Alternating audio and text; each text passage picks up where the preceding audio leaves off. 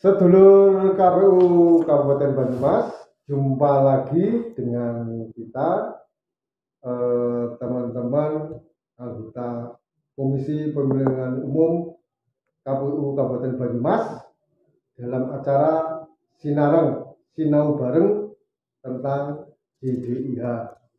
Nah, mohon izin, sekarang biasanya kan kita berlima, tetapi yang teman kita yang tiga kemudian ada tugas keluar kota, begitu ya Kang ya, Kang Kasis ya. Nah, kita sekarang ditemani oleh Kang Kasis, Pak Kasis Munandar, komisaris, komisioner komisaris ya. Dan Pak Kasworo SH selaku sekretaris KPU Kabupaten Banyumas. KPU Kabupaten Banyumas siap. Nah, mohon izin dibuka sekarang. Nah, ya.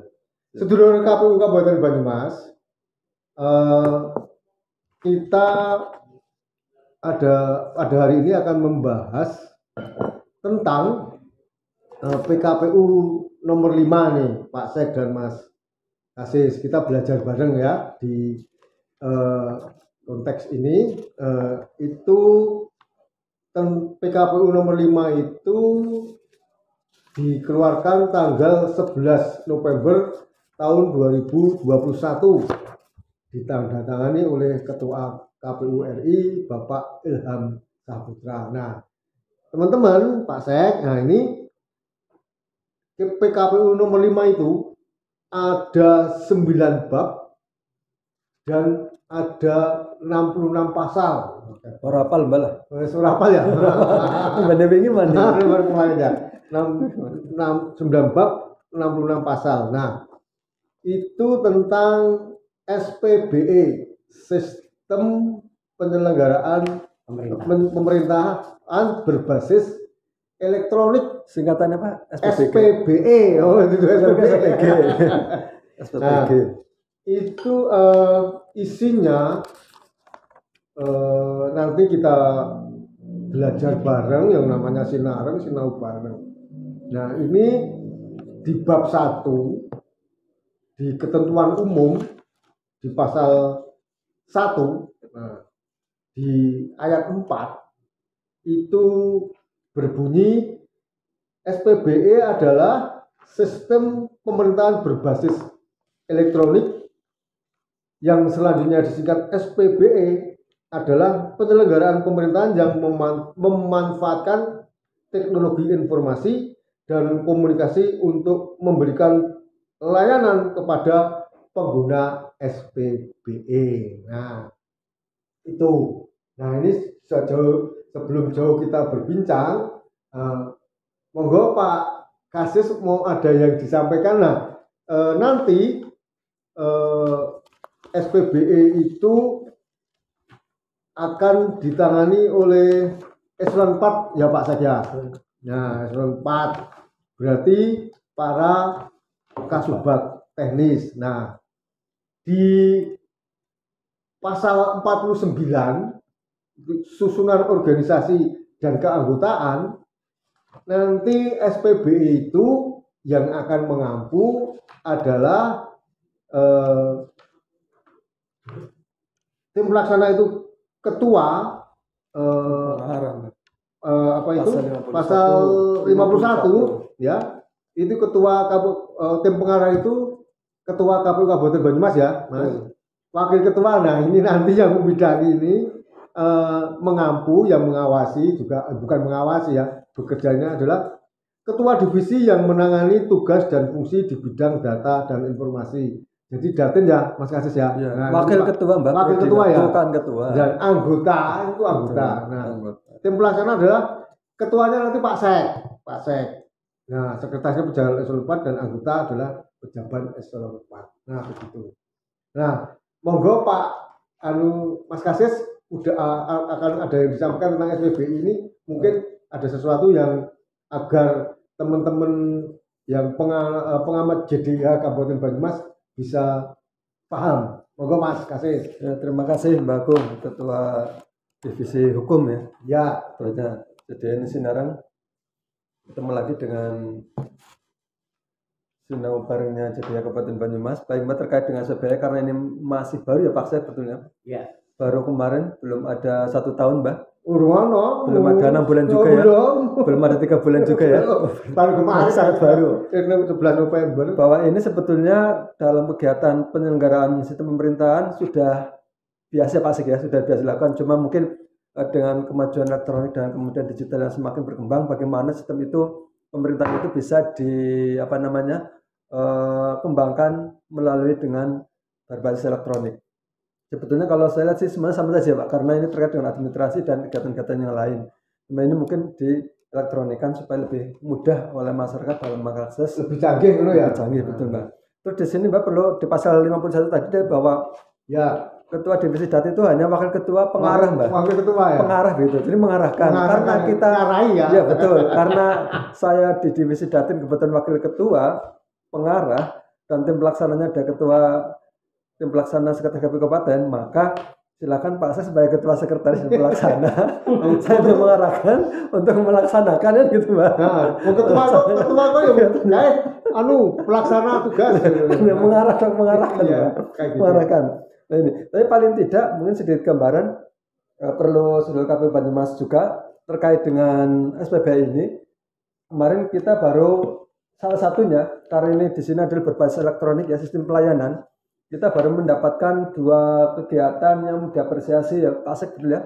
Yang pertama adalah kita mendapatkan lembaga vertikal informatif. Oh juga dapat satunya di Jawa Tengah ya. Jawa Tengah betul. Jawa Tengah Mas. Ya. Kalau tahun kemarin kita masih informatif tapi di bawah Karanganyar kita sekarang satu-satunya. Dan KPU Kabupaten Banyumas Jawa Tengah tidak ada yang dapat selain Kabupaten Banyumas. Ini apresiasi. Kenapa saya sampaikan ini? Karena di situ adalah terkait dengan transparansi semua kegiatan, baik pelayanan dan keuangan. Jadi kalau kemudian dikaitkan dengan ini, penyelenggaraan sistem pemerintahan berbasis elektronik nyambung atau ya, SPBE ya, nyambung ya. SPBE ya Mbak, bukan ya. SPBG. Oh, SPBG ya. Maka sebetulnya Kabupaten Banyumas di bawah ketua pelaksana Paksek walaupun belum ada PKPU menerima ini sudah melaksanakan dengan baik, betul. Sampai mendapat penghargaan kan 2 tahun. Dan terakhir adalah tadi bahwa KPU Banyumas terkait dengan keuangan kita mendapatkan peringkat 3 dari KPPN Menteri Keuangan terkait dengan hari ini ya. Betul. Wah, ini juga keuangan transparansi, kecepatan rekonsiliasi. Kecepatan rekonsiliasi. Dan ini juga salah satu termasuk pelayanan ini bahwa kita dalam melayani dan kemudian memberikan informasi terkait dengan keuangan dan melayani bukan hanya masyarakat tapi kemudian staf dan karyawan di KPU kita Banyumas termasuk terbaik lah ya. Karena kita mendapatkan peringkat terbaik se-Kabupaten Banyumas di antara instansi yang lain. Tapi mungkin Pak Mas Kasis sebelum dilanjutkan banyak tadi yang dapat apa itu Pak Sek pelayanan itu tolong disampaikan lah biar warga masyarakat tahu Pak Sek. Terima kasih Pak Agung. Kita kan tadi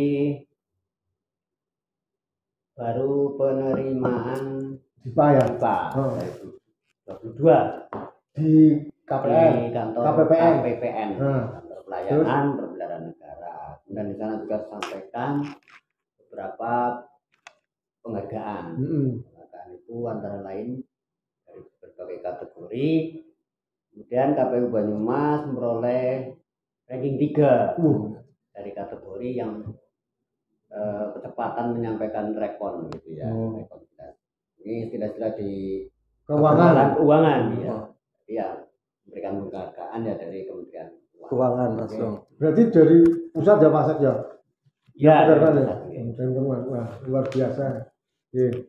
Lanjut Mas Kaset mau ngomong apa lagi tadi? Mungkin cukup karena saya memberikan informasi itu bagaimana garis besar elektronik kan yang lebih menguasai adalah ketua pelaksana Mas.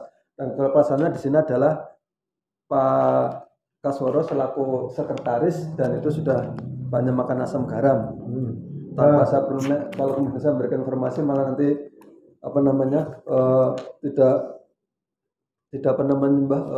kurang tepat ya. Mungkin hanya mengarahkan yang mendapatkan kegiatan penghargaan adalah dari sekretariat. Mungkin Pak Sek mungkin terkait dengan aplikasi SPBE ini. Nah, Pak Sek mungkin sudah mempunyai gambaran mungkin baru kemarin tanggal 11 November ya PKPU ini mulai gambaran besok tugas-tugasnya yang akan layani yang ini nanti kan tujuannya untuk pelayanan publik. Mungkin Pak Sek sudah punya gambaran langkah-langkah apa sih yang untuk nanti mengantisipasi kalau PKPU nomor 5 ini segera dilaksanakan. Monggo Pak Sek. Terima kasih Pak Gung, Pak Kasis, seluruh KPU Banyumas. Nah, jadi ini Pak Agung, ketika kita cari minum loh Mas, ya, terus membaca suatu aturan, baik undang-undang, PKPU dan lain itu harus komprehensif ya, menyeluruh, tidak bisa sepotong-sepotong. Udah parsial ya, kita harus mulai, ini namanya sinareng ya, jadi ya, tidak ada narasumber. Bareng-bareng ya Bu. Karena kita sendiri kan belum disosialisasi belum PKPU 5 ini ya. Kemajuan kemanen Mas. Ya, ini kita sinareng bareng, jadi tidak ada narasumber, tidak bermaksud juga menggurui mungkin ya Pak.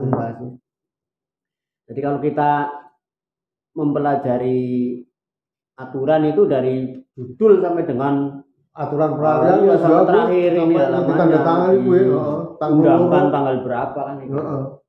Di sini ada PKPU baru memang di tahun 2021 yaitu PKPU nomor 5 tentang penyelenggaraan sistem pemerintahan berbasis elektronik Komisi Pemilihan Umum ya. Yang disingkat SPBE tadi sudah disampaikan. Bukan SPBU ya, Sek? Bukan. Apalagi SPBG. Bukan SPBG ya. Dan ini sebenarnya merupakan apa namanya ya? Tindak lanjut atau pelaksanaan dari Peraturan Presiden nomor 95 tahun 2018. Jadi sudah lama ya. Jauh dulu ya, ya ada pendahuluan ya di Peraturan Presiden itu. Jadi KPU ini baru tahun 2021, 3 tahun kemudian ya. 3 tahun kemudian baru tindak lanjut dengan PKPU. Berarti kalau demikian bukan KPU yang menerapkan ini ya Pak Sek? Semua ya pemerintah. Jadi ya harusnya kita dibanding ke instansi yang sudah kan.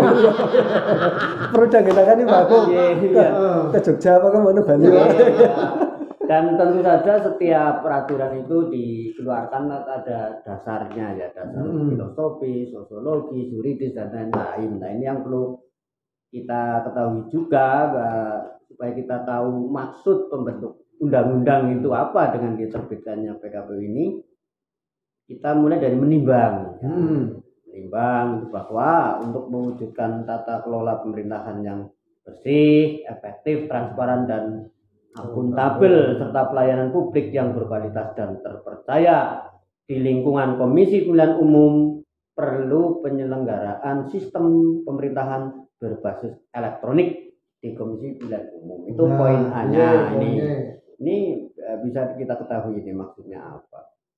Kemudian yang B, bahwa untuk meningkatkan kualitas dan jangkauan pelayanan publik di bidang pemilihan umum kepada masyarakat luas, serta mengembangkan pelayanan publik berbasis elektronik di lingkungan Komisi Pemilihan Umum, perlu tata kelola dan manajemen penyelenggaraan sistem pemerintahan berbasis elektronik secara terintegrasi, terpadu, efektif, dan efisien. Nah, jadi ini bukan hanya untuk di KPU Banyumas saja ya, semua instansi integrasi ya. Terpadu itu ya nasional ya. Kita dikendalikan dari KPU RI selaku atasan kita. Dan tadi sudah sampaikan Pak Kasis, Pak Agung bahwa sebenarnya memang kita sudah jalan gitu ya, sudah jalan, tinggal kita payung hukumnya belum ada, baru turun ini kan, jadi nanti setelah jalan. Memang kemajuan teknologi tidak bisa dibendung ya, di segala lini. Oleh karenanya dalam pelayanan di pemerintahan termasuk di KPU pun segalanya harus berbasis IT. Dalam hal ini berbasis elektronik. Kita kan sudah jalan Mas, itu kita menyampaikan informasi kegiatan kita melalui media sosial dan lain-lain ya, termasuk kegiatan seperti ini kan menyampaikan informasi secara elektronik pada masyarakat. JDIH yang kita punya elektronik juga kan Pak Agung? Iya. Ya, kemudian ada RPP, tingkat pemilu, kemudian kita sudah berbasis elektronik PPID. ya, Sek, ya. Ya, kemudian yang juga PPID, dia. ya, pelayanan informasi, data informasi publik itu juga segalanya elektronik. Jadi untuk langkah-langkah yang akan kita terapkan sebenarnya nanti kita tinggal menyesuaikan saja ya apa yang sudah jalan, kemudian akan kita sesuaikan dengan aturan yang baru. Sebab tadi saya sampaikan bahwa kita membaca aturan secara utuh, termasuk di belakangnya ada aturan peralihan, Pak. Nah, Ya, harus kita penting, kasih. Aturan peralihannya bagaimana? Aturan peralihannya di sebelumnya ini ada bab 7 ya, ketentuan lain-lain, pasal 64 ini. Ketentuan teknis mengenai pelaksanaan SPBE ditetapkan dengan keputusan KPU. Berarti kita ini ada produk hukumnya ini. Ya, kita nunggu ya. Kita ditentukan dengan keputusan KPU. Termasuk tadi disinggung Pak Kasis yang tim apanya ini, tim pelaksananya dan lain-lain itu juga dengan keputusan KPU. Terus kita lihat di bab 8 ada ketentuan peralihan pasal 65. Sistem informasi KPU yang telah tersedia sebelum berlakunya peraturan komisi ini tetap dimanfaatkan ya, sampai dengan adanya pembangunan dan atau pengembangan sistem informasi KPU gitu ya. gitu Pak. Dan nanti memang akan dibangun sebuah sistem yang terintegrasi dari KPU RI nanti turunkan provinsi, kabupaten dan seterusnya. Oke Pak Sek. Berarti dengan demikian sebetulnya belum ada ini kita sudah melangkah gitu Pak. Sudah melangkah, artinya kita sudah punya materinya ya, tinggal kita nanti pelaksananya. Dari masal baru nyuplik-nyuplik nunggu tadi surat keputusan terkait teknis, juknisnya pelaksanaan dan mungkin aplikasinya begitu ya Pak. Walaupun kita sudah punya aplikasi. Gitu. Terus terkait dengan ini Pak, ketika kemudian nanti ada surat turun atau teknisnya turun, berarti harus ada yang betul-betul bisa menangani atau mempunyai keahlian terkait dengan informasi elektronik dan IT. Nah untuk di Kabupaten Banyumas nanti seperti apa gitu Pak? Ini ada pengadaan baru atau kemudian membuatkan sudah ada di KPU Kabupaten Banyumas gitu? Karena selama ini mungkin kan kita tahu bahwa Kabupaten Banyumas ya, sudah begitu tata rapi lah. SDM ya. Nah betul maksudnya seperti itu. Apakah perlu ada penyegaran nanti gitu supaya untuk mengetahui ini ataukah kemudian ada kursus atau pendidikan lanjutan terkait karyawan atau staf yang ingin gitu ditugaskan di SPBE ini begitu Mas. Oh gitu ya, soal SDM-nya gitu. Iya. Ya SDM-nya tentu kita yang pertama mengaktifkan atau mengefektifkan yang ada ya, yang sudah ada. Kalau kemudian nanti ada perintah lewat putusan KPU dan juga ada anggaran yang mendukung, ya tidak menutup kemungkinan misalnya kita khusus ya yang menangani itu ya rekrut tenaga khusus yang mengelola ini. Tapi kalaupun tidak ada perekrutan kita sudah siap lah Pak Sek ya. Kita siap. Sudah siap dan insya Allah bisa melaksanakan. Nanti bebannya memang satu orang ditambah. Nah, jadi PPID dan jadi nanti koordinator ini apa namanya LPPR dan lain-lain. Ada satu informasi. Ya itu memang comot sana comot sini lah ya. Ya kondisi kita mau. Kan satu orang aja bisa merangkap jadi berapa operator gitu ya. Apalagi kalau tahapan itu operator ini.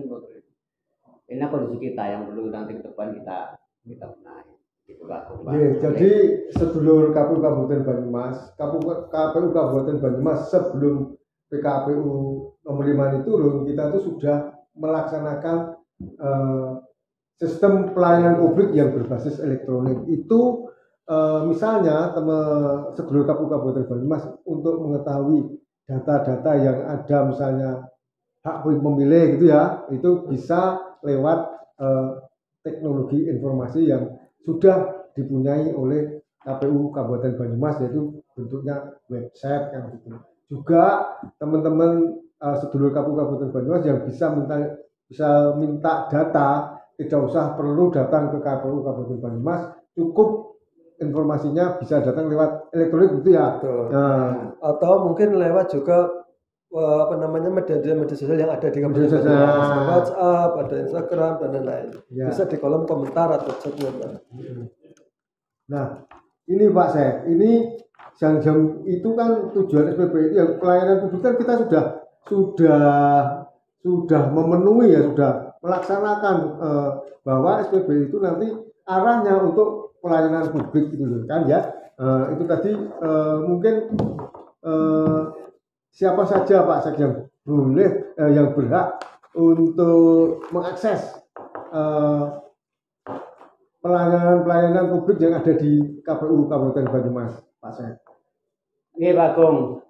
Kalau siapa saja yang dapat mengakses itu, kita harus kembali kepada dasar negara kita, Ya. konstitusi kita itu kan kaitannya dengan hak asasi manusia ya, bahwa hak untuk tahu Seluruh masyarakat ya, publik seluruh ya. masyarakat Indonesia itu merupakan hak konstitusional setiap warga negara ya, karena dijamin dalam pasal 18F UUD 45, yaitu bahwa setiap orang berhak berkomunikasi dan memperoleh informasi. Jadi setiap orang siapapun ya, boleh memperoleh informasi.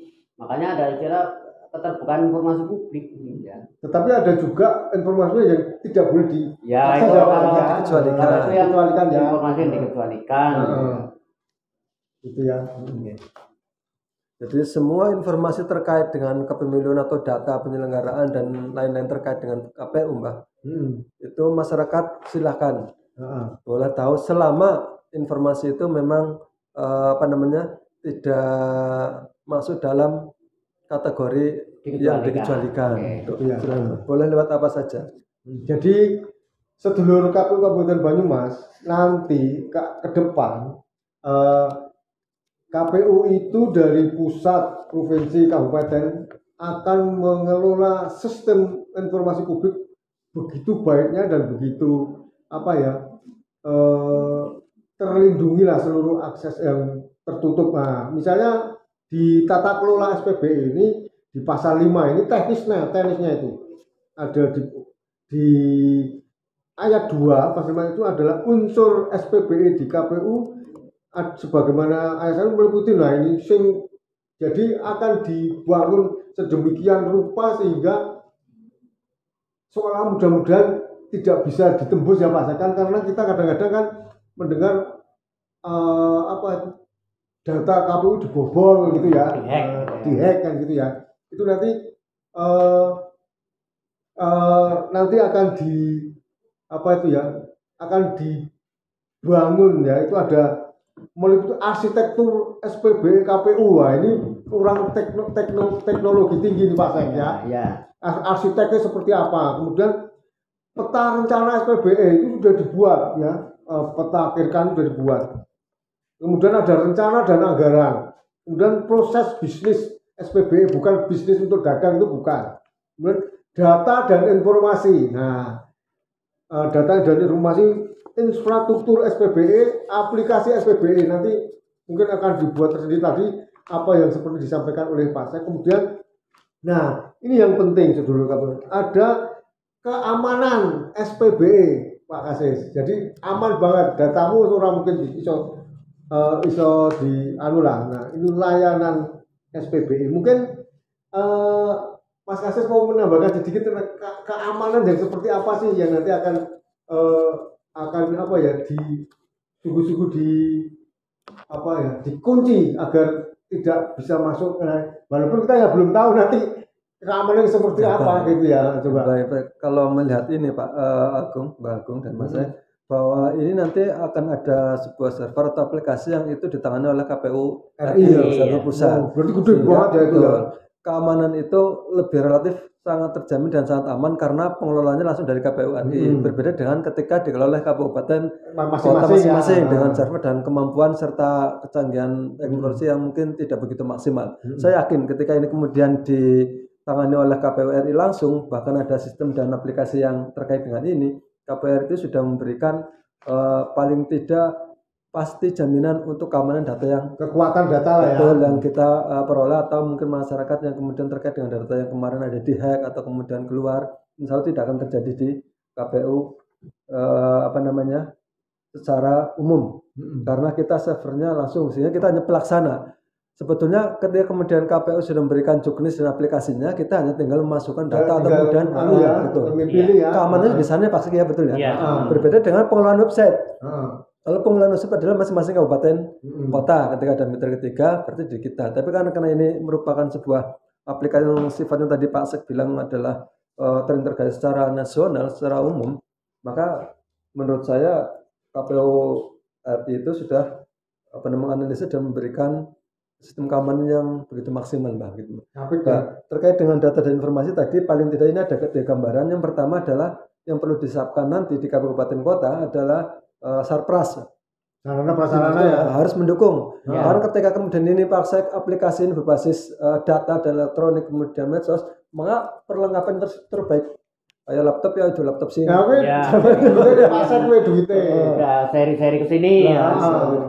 Terus kemudian yang kedua SDM. Hmm. Nah, kemudian yang ketiga adalah perencanaan terkait dengan kegiatan-kegiatan yang akan dilakukan. Paling tidak tiga ini, itu Mbak, yang harus dilakukan. Jadi kan sedulur KPU Kabupaten Banyumas ke depan itu demokrasi itu nanti kan kayaknya mau ke arah elektronik gitu ya, voice yang gitu. Nah, mungkin Pak Sek mau ada yang disampaikan?